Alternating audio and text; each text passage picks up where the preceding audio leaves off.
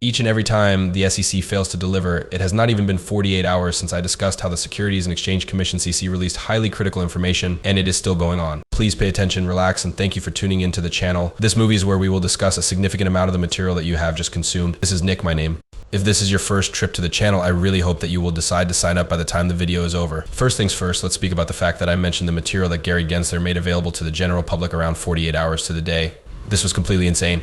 We discussed it, but now a significant number of donors to the Democratic Party are putting pressure on Kamala Harris to dismiss Gary Gensler. How insane is this? On the other hand, it is also the FTC's head. How are things going? The people are exhausted by it. Just to be safe, eToro has agreed to restrict cryptocurrency trading in the United States as part of a settlement deal with the Securities and Exchange Commission SEC. Where are we headed with this? The United States of America is currently one of the most. There are nations all around the world that are opposed to crypto, and the reason for this all-encompassing three-letter organization is exactly that. Currently, the SEC has become a significant obstacle that stands in the path of growth. As a result of cryptocurrency not only performing well in the United States, but also gaining popularity in the United States, innovation is becoming a reality. How many employment does the Securities and Exchange Commission CC in the United States hold back in addition to cryptocurrency? You have no idea how hilarious this is. The reason that people are so angry with Gary Gensler and want him to quit is because of this. What they want is for Gary Gensler to be sacked. New and creative technologies like his cryptocurrency are frequently utilized by con artists in order to deceive individuals into investing their money, as stated by the SE.gov. Find out about the 5 different methods that con artists may attempt to trick people into falling for their crypto asset stock scams. Where are we headed with this? The SEC was created at a cost of $15 billion. $1 billion, there you have it.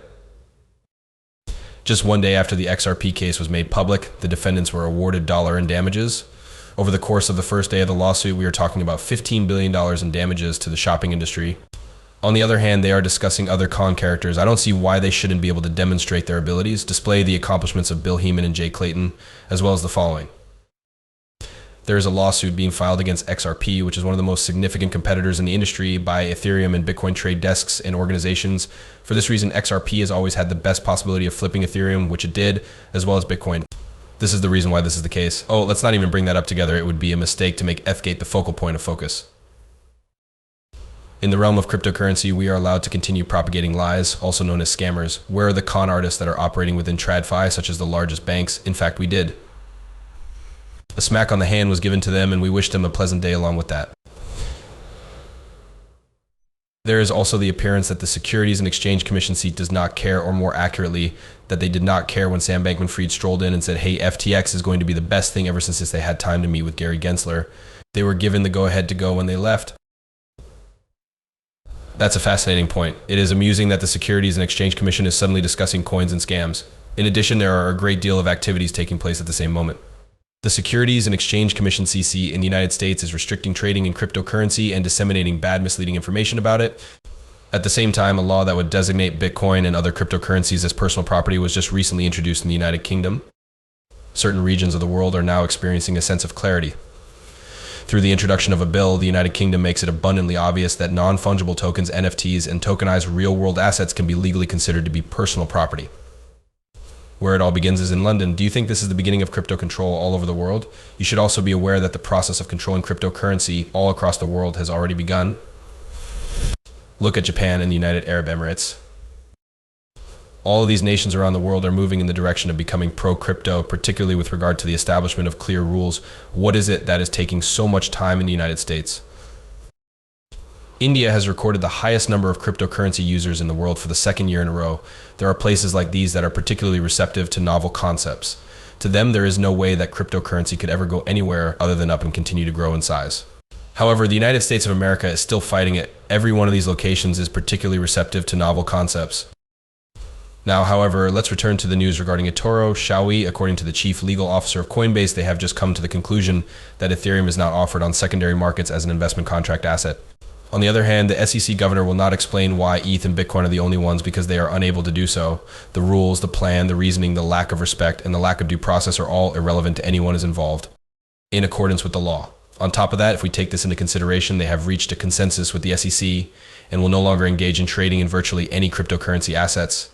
In connection with the cryptocurrency asset trading platform, the company was accused of operating an unlawful broker clearing agency. It has been disassembled. They reached an agreement to pay a fine of $1.5 million in order to settle allegations that they operated an illegal securities brokerage and clearing business alongside a trade platform that enabled them to do so.